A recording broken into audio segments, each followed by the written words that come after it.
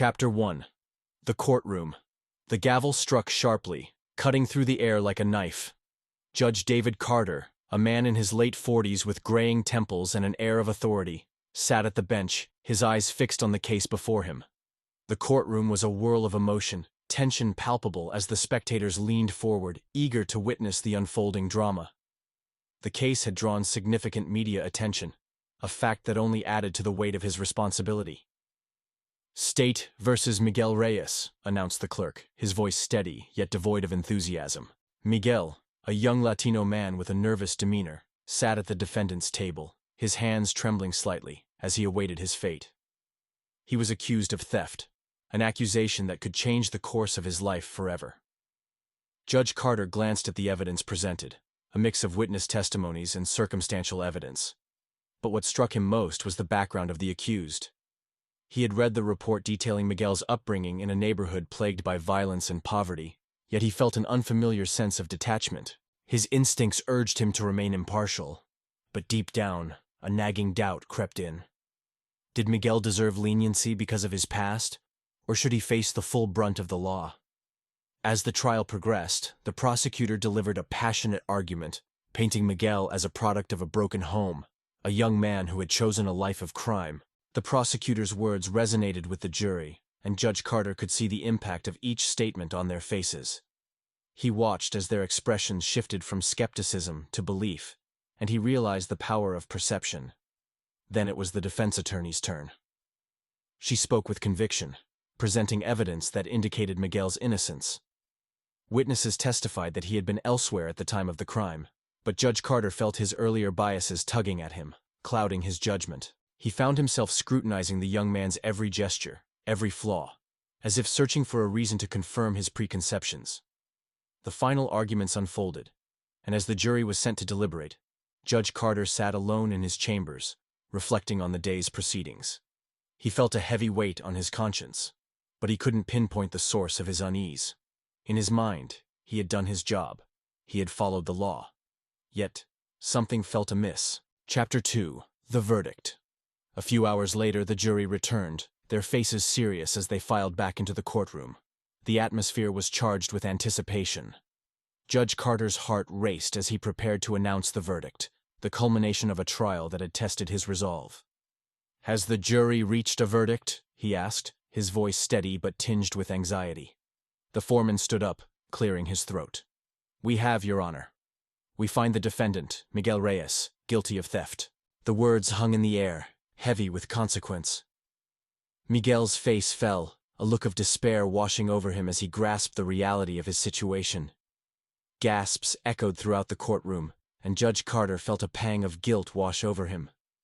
He could see the disappointment in the eyes of the spectators, friends and family members who had believed in Miguel's innocence. As Miguel was led away, Judge Carter's mind raced. He felt the weight of the world pressing down on him, as if the gavel had struck not only for Miguel, but for every life that had been affected by the verdict. The harshness of his decision loomed large, and he couldn't shake the feeling that he had failed not just the defendant, but the entire community. The next day, the media erupted with coverage of the case, framing it as yet another example of systemic injustice. Headlines blared accusations of racial bias, painting Judge Carter as an emblem of the very problems he had sought to combat throughout his career. It was a harsh reality he had never faced before, and for the first time, he felt vulnerable and exposed. Chapter 3. Public Outcry. The protests began the following week. Groups of activists gathered outside the courthouse, wielding signs that read, "Justice for Miguel," and "End Systemic Bias." Judge Carter observed the demonstrations from the window of his chambers, the chants of the crowd echoing in his ears. He felt a growing sense of unease, a storm of emotions brewing within him. Elena, a local activist and community leader, became a prominent voice in the protests. Her speeches resonated with the crowds as she spoke passionately about the injustices faced by marginalized communities. Judge Carter's decision isn't just about Miguel. It's about a system that continually fails people like him, she declared, her voice ringing out above the throng. For Judge Carter, the protests served as a mirror reflecting his own internal struggles.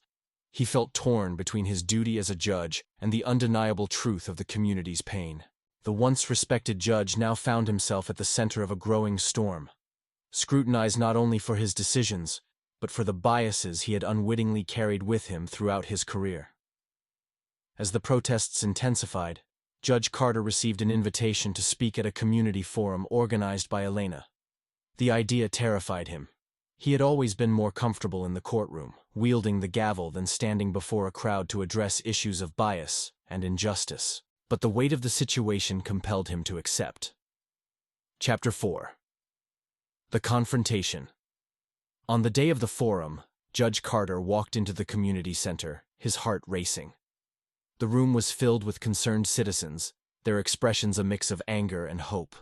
He could see Elena standing at the front, her presence commanding as she prepared to address the audience. "Thank you all for coming," Elena began, her voice steady. "Today we gather not just to talk about Miguel's case, but to confront the systemic issues that continue to plague our justice system." Judge Carter sat quietly at the panel, feeling the weight of their gazes upon him. As Elena spoke, he felt an unsettling mixture of admiration and discomfort. Her words struck a chord deep within him, and he recognized the truth in her statements. He had spent his career focused solely on the law, often neglecting the human stories behind each case. Finally, Elena turned her attention to him. "Judge Carter," she said, her tone firm yet respectful, "we need you to understand the impact of your decisions. Your ruling on Miguel's case is a reflection of a deeper issue, an issue that requires acknowledgement and action." The room fell silent, and all eyes were on Judge Carter. He could feel the weight of their expectations pressing down on him, and for a moment, he struggled to find his voice. He began. But the words felt inadequate. He had always believed that the law was black and white, but now he was confronted with the reality that it was anything but. Elena continued, "It's not enough to simply follow the law. We must also consider the biases that exist within our system. We need judges who are willing to confront their own prejudices and work towards a fairer justice system." In that moment, Judge Carter realized he could no longer hide behind the facade of impartiality. He needed to confront the uncomfortable truths about himself and the systemic issues that permeated the judicial system. "I appreciate your passion, Elena," he finally replied, his voice steadying. "I recognize that I have much to learn, and I want to do better." The audience responded with murmurs of approval, but Judge Carter could see the skepticism in their eyes. He knew that words alone wouldn't be enough. He needed to demonstrate his commitment to change. Chapter 5. Moment of Reflection. In the following weeks, the protests continued, and Judge Carter immersed himself in the work of understanding bias. He began to research the history of racial discrimination within the justice system, delving into reports and studies that highlighted the disparities faced by people of color. The statistics were staggering and sobering, and he felt a growing sense of urgency to address these issues head-on. One evening, as he sat in his study surrounded by books and papers, Judge Carter found himself staring at a photograph on his desk, a picture of his family, smiling and happy.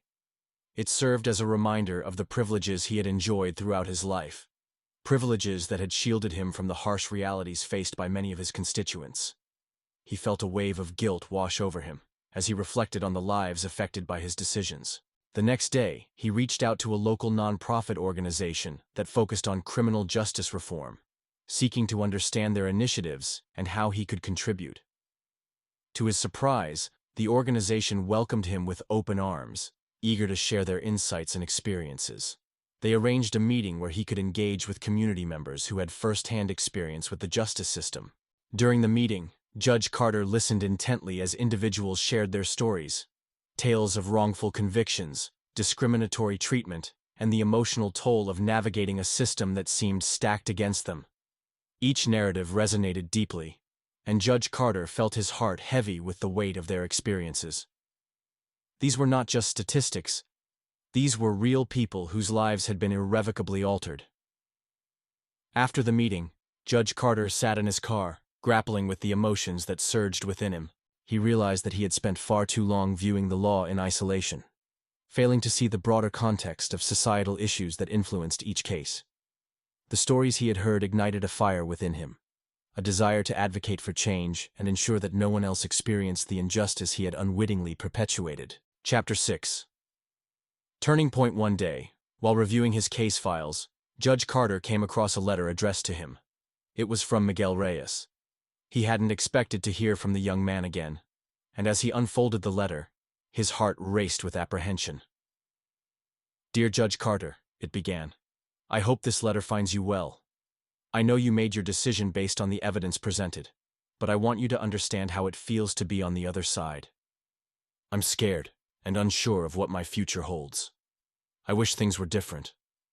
I just want to be given a chance." Tears filled Judge Carter's eyes as he read Miguel's words. The raw honesty and vulnerability in the letter struck a chord deep within him. He felt a deep sense of regret for not having taken the time to understand Miguel's circumstances fully.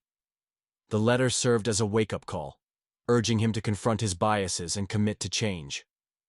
Motivated by Miguel's words, Judge Carter reached out to the young man's attorney, expressing his desire to understand the case better and the factors that had led to Miguel's conviction. He wanted to meet Miguel, to hear his story firsthand and learn from the experience. The attorney arranged a meeting at the local correctional facility, and as Judge Carter approached the prison, he felt a mix of anxiety and determination. He was stepping into a world he had previously viewed only through the lens of the law, a world filled with pain, hope, and resilience. As he sat across from Miguel in the small visiting room, Judge Carter felt the weight of his previous decisions. "Miguel," he began, his voice trembling slightly, "I want to thank you for your letter. I've been reflecting on my role in your case, and I need to understand your perspective." Miguel looked at him, his eyes wary but curious. "You want to understand? Why should I believe you? You sentenced me to prison. You took my life away." "I know," Judge Carter replied, feeling the sting of Miguel's words. "And I'm here to learn. I've realized that I've failed to see beyond the case. I want to understand how I can make things right." Miguel studied him for a moment, then nodded slowly. "It's not just about you, Judge. It's about the system that's broken. I'm not the only one who's suffered because of it." As they continued to talk, Judge Carter felt a profound connection with Miguel. He listened intently as the young man shared his dreams, his struggles, and the fear that consumed him. With each passing moment, Judge Carter felt the walls he had built around himself begin to crumble. He understood that he was not just a judge, but a human being with the capacity to impact lives. Conclusion of Part 1A's. Judge Carter left the correctional facility. He felt a sense of purpose awakening within him. The journey ahead would not be easy, but he was determined to confront his biases and advocate for change. He knew that he had to take responsibility for his actions and work towards a justice system that was fair and equitable for all. With Miguel's words echoing in his mind, Judge Carter realized that the path to redemption would require not only courage, but also a willingness to listen, learn, and grow. He was ready to embark on a journey that would change not just his life, but the lives of countless others who had been affected by a system that too often failed to deliver justice. Chapter 1. The Awakening. After his visit with Miguel, Judge Carter found himself immersed in a whirlwind of emotions. The young man's honesty had ignited something deep within him, a desire to confront the systemic biases that had shaped his decisions. He began to reach out to community leaders and organizations dedicated to criminal justice reform, eager to learn more about the challenges facing marginalized groups. One afternoon, he attended a community meeting organized by a local nonprofit focused on advocacy for the incarcerated. As he entered the crowded room, he felt a mix of apprehension and determination. The atmosphere was charged with passion, and Judge Carter recognized many familiar faces from the protests. This time, he was not just an observer, but an active participant in the dialogue. "Thank you for joining us, Your Honor," Elena said, her voice strong as she welcomed him. "We appreciate your willingness to engage with our community." "Thank you for having me," Judge Carter replied, his heart pounding. "I'm here to listen and learn." As the meeting progressed, community members shared their experiences, recounting stories of racial profiling, wrongful convictions, and the emotional toll of navigating a justice system that often felt stacked against them. Judge Carter listened intently, absorbing their pain and frustration. Each story reinforced his commitment to change. During a break, Elena approached him. "It's good to see you here, Judge. But I have to ask, what do you plan to do with what you've learned?" "I want to advocate for change within the system," he replied earnestly. "I've realized that my role as a judge extends beyond the courtroom. I need to address the biases that exist, not just in my decisions but throughout the entire judicial process." Elena nodded, her expression thoughtful. Change starts with acknowledgement, and it's a difficult journey. Are you ready for the challenges ahead? Chapter 2. Building Bridges. Determined to build bridges between the judicial system and the community, Judge Carter began organizing workshops and forums that brought together law enforcement officials, judges, and community leaders. He wanted to create a space for open dialogue where people could share their experiences and collaborate on solutions. The first forum he organized focused on understanding implicit bias. As the event day approached, he felt a mix of excitement and trepidation. Would those attending be receptive to his efforts? Would they see him as an ally or as a representative of the system they distrusted? When the day finally arrived, the room was packed with community members, activists, and law enforcement personnel. Judge Carter stood at the front, his heart racing.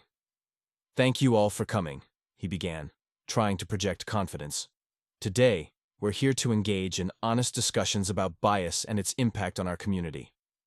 As the forum progressed, participants shared their stories and perspectives. A local police officer spoke candidly about the pressures of the job and the implicit biases he had recognized in himself.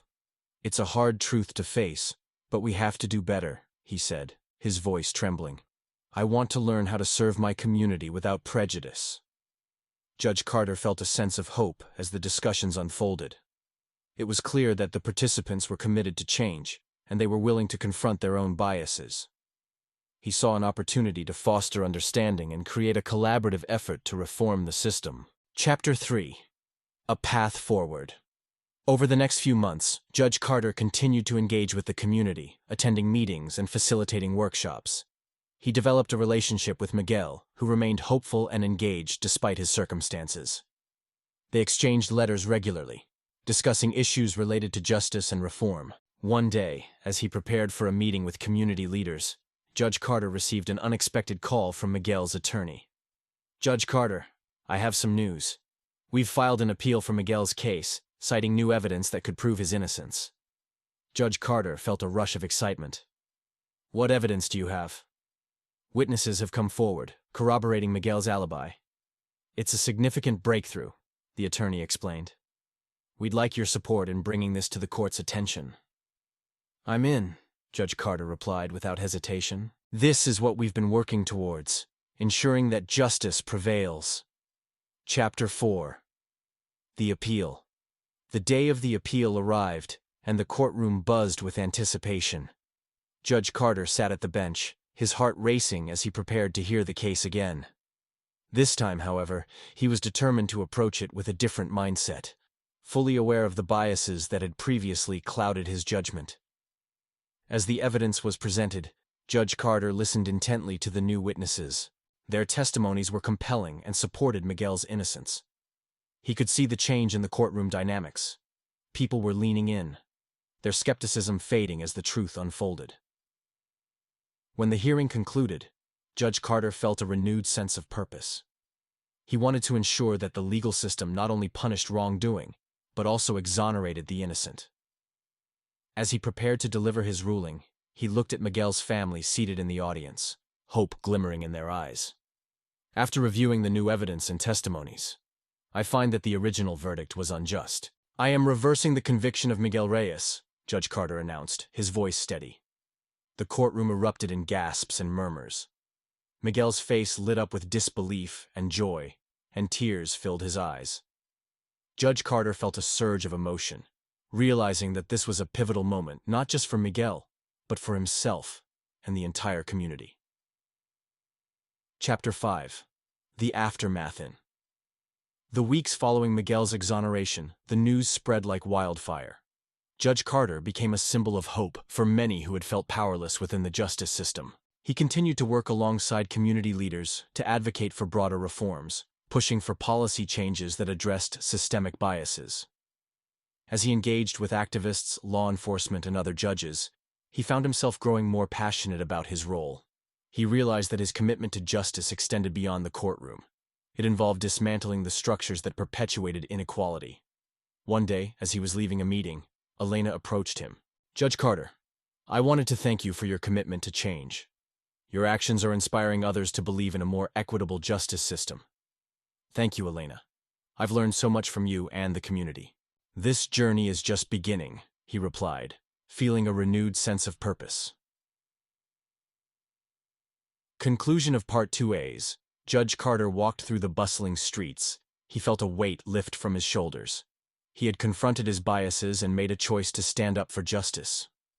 His journey was far from over, but he knew he was no longer just a judge in a courtroom. He was a champion for change, dedicated to ensuring that the echoes of justice resonated throughout the community. Chapter 1.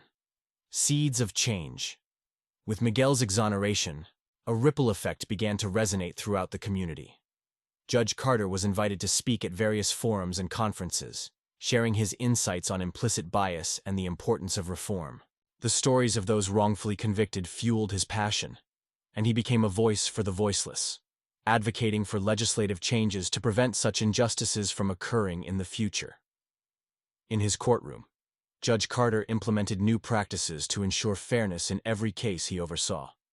He organized training sessions for his staff, emphasizing the need for awareness of bias in their decision-making processes. He believed that education was crucial in dismantling the prejudices that had long plagued the justice system.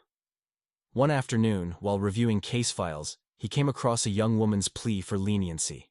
She had been convicted of a nonviolent drug offense and faced harsh sentencing due to mandatory minimum laws. Judge Carter felt a sense of urgency.